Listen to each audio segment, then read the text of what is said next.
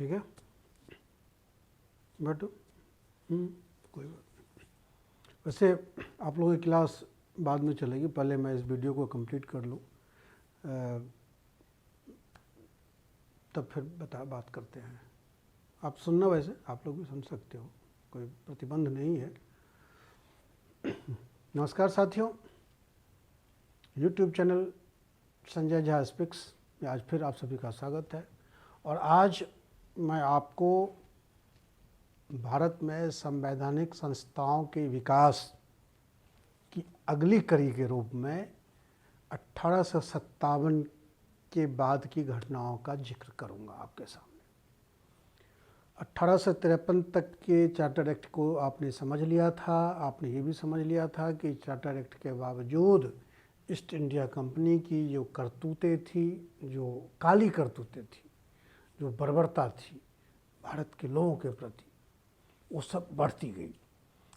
England की हुकूमत ने, इंग्लैंड की संसद ने, ब्रिटेन की संसद ने कागज़ों पे तो कंट्रोल करने का प्रयास किया ईस्ट इंडिया कंपनी को, लेकिन उसको भारत का जो पूरा खजाना, भारत का जो पूरा माल उसको मिल गया था, तो वो एक तरह से पागल सा हो गया था।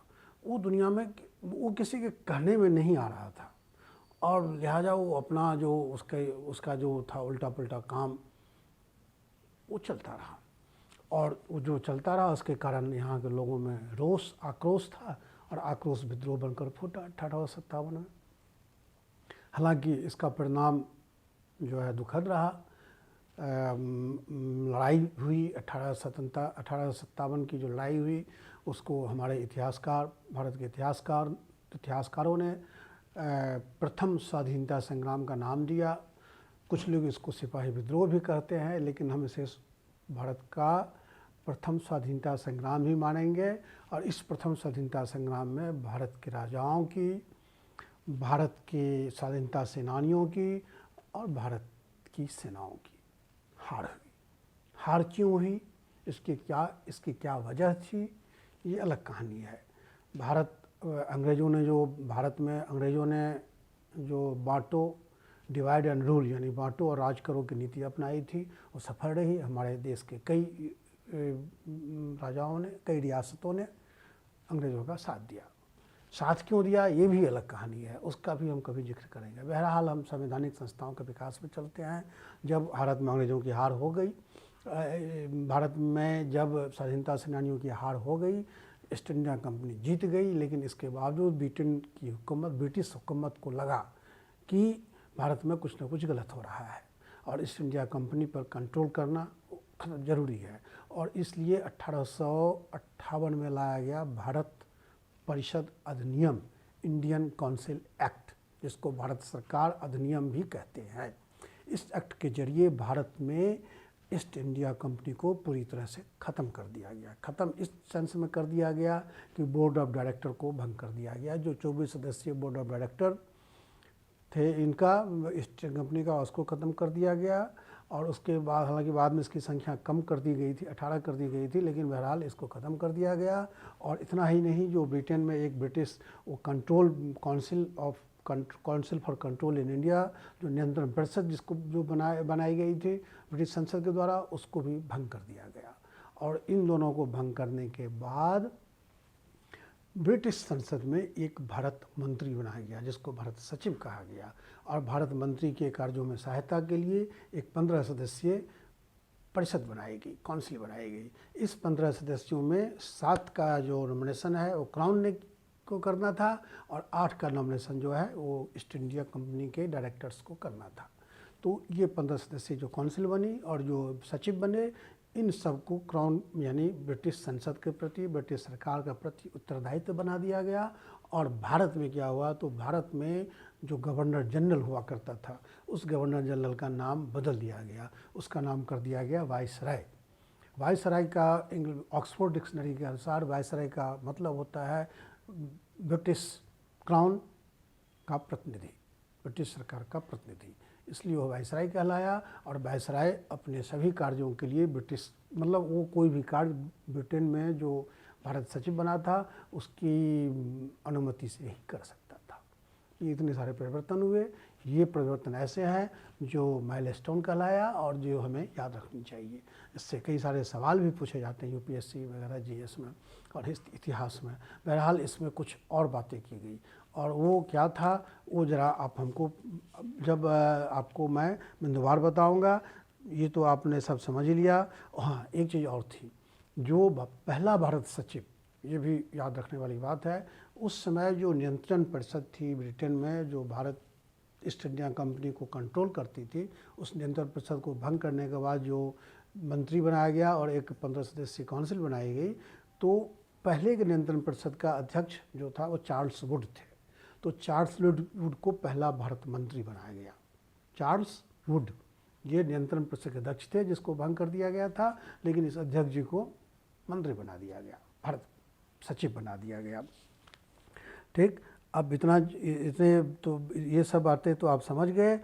और उसके बाद कुछ और भी इसमें परिवर्तन किए गए। 1858 का जो ये था चार्टर एक्ट, इसको चार्टर एक्ट भी कहते हैं, भारत परिषद अधिनियम भी कहते हैं। तो इसमें क्या गया कि भारत सचिव को और उसके परिषद को एक निकाय मान लिया गया, और निकाय मान लिया गया और उस निकाय के खिलाफ भारत में या ब्रिटेन में कहीं भी मुकदमा दायर हो सकता था, वाद दायर हो सकता था कोर्ट में कि इन्होंने हमारा नुकसान किया है। उनको एक संस्था मान लिया गया। ये बहुत बड़ा मतलब लीगल ये हुआ था, डेवलपमेंट हुआ था कि गवर्नर जनरल भारत सचिव यानी भारत मंत्री और उनकी परिषद को एक निकाय मान लिया गया। ठीक, और इसी के तहत हाँ एक चीज़ और किया गया कि भारत सचिव को अखिल भारतीय सेवा और अर्थव्यवस्था से संबंधित मामलों में इंडिया काउंसिल की सलाह मानना पड़ता था। जो काउंसिल बनाई गई थी वहाँ पे, तो उसको वैसे तो भारत मंत्री अपने आप में स्वतंत्र था, लेकिन उनको इसमें अखिल भारतीय सेवाओं के मामले में, अर्थव्यवस्था, रेवेन्यू के मामले में अपनी काउंसिल की सलाह माननी पड़ती थी। ये एक उनको उनके अधिकार पर ये एक कंट्रोल था परिषद का।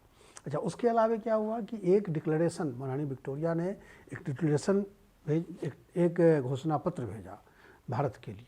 उस घोषणा पत्र को 1858 में, नवंबर 1858 में वहाँ इलाहाबाद में 1 नवंबर 1858 को इलाहाबाद में लॉर्ड कैनिंग, जो उस समय वायसराय थे, लॉर्ड कैनिंग भारत के गवर्नर जनरल थे। 1857 में जब विद्रोह हुआ था तो उस समय वो गवर्नर जनरल थे, लेकिन विद्रोह के बाद जब सिस्टम बदला तो लॉर्ड कैनिंग, तो गवर्नर जनरल को वायसराय बना दिया गया था। और इत्तेफाक से जो लॉर्ड कैनिंग जो पहले गवर्नर जनरल थे उन्हीं को वायसराय बना के रखा गया, यानी भारत के अंतिम गवर्नर जनरल भी लॉर्ड कैनिंग ही थे और भारत के पहले वायसराय भी लॉर्ड कैनिंग ही बने। 1858 मिड तक वो गवर्नर जनरल रहे और उसके बाद वो वायसराय बन गए।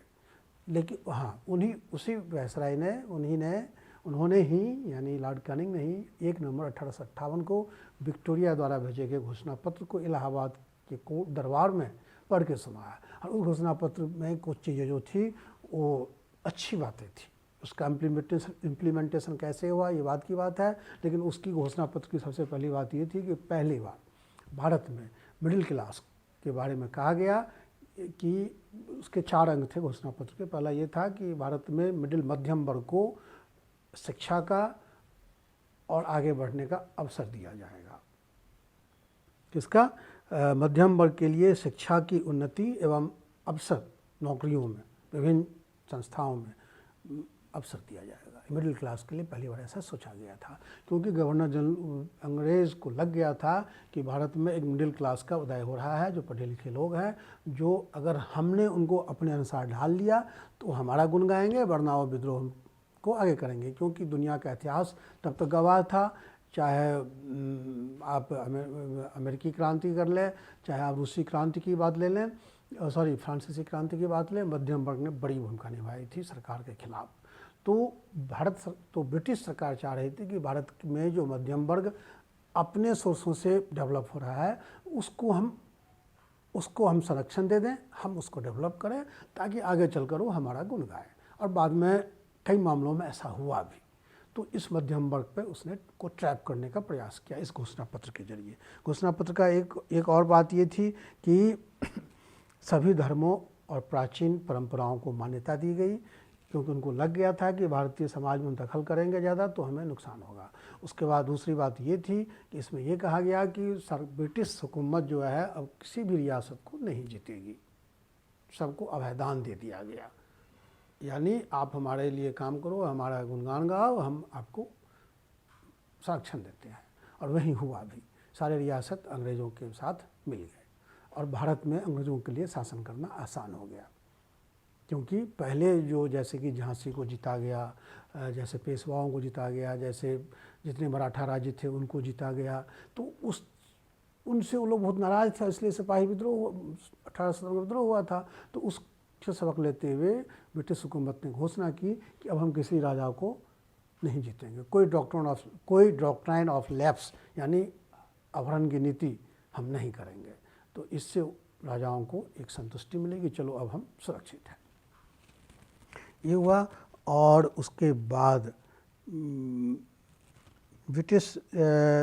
भारत में ब्रिटिश क्षेत्र के विस्तार को रोक दिया गया और सभी भारतीयों को सिविल सेवा में बैठने का समान अवसर दिया गया। सिविल सेवा परीक्षा में सभी भारतीय, जिस तरह से इंग्लैंड के नागरिक युवा बैठते थे, उसी तरह से भारतीयों को भी अधिकार दिया गया कि आप सिविल सेवा में बैठ सकते हैं।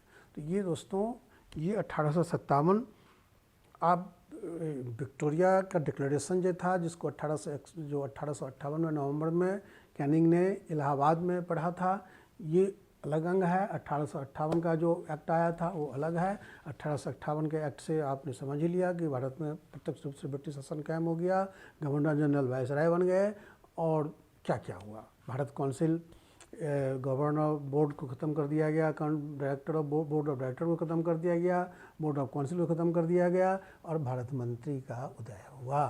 अब यहाँ से हम शुरू होता है भारत और इंग्लैंड ईस्ट इंडिया कंपनी बीच से ख़त्म। दोस्तों, इस एपिसोड को हम यही ख़त्म करते हैं। आगे हम बताएंगे 1861 के भारत परिषद अधिनियम का, जो भारत में संवैधानिक संस्थाओं के विकास में एक मील का पत्थर माना जाता है।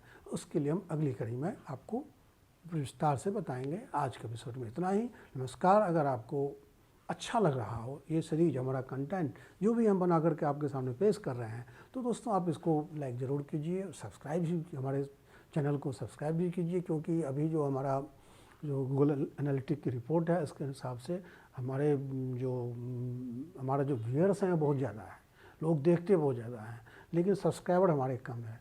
जो हमारे सब्सक्राइबर हैं वो कम देखते हैं, केवल 33, हमारा जो व्यूज में हमारे 68% वो हैं जो हमारे सब्सक्राइबर नहीं हैं। अगर आप रेगुलर देख रहे हैं तो आप अगर सब्सक्राइब कर देंगे और तो हमें अच्छा लगेगा। हालांकि हम तो बनाते ही रहेंगे, अगर आपको लाभ मिल रहा है तो हमें अच्छा ही लग रहा है, लेकिन आपकी भी जिम्मेदारी है कि अगर आप इसे देख रहे हैं, अगर इससे कुछ आप लाभ ले रहे हैं, तो आप हमारे चैनल को सब्सक्राइब कर दीजिए। सब्सक्राइब करने में किसी सब्सक्राइबर का कुछ नहीं जाता है। धन्यवाद, नमस्कार।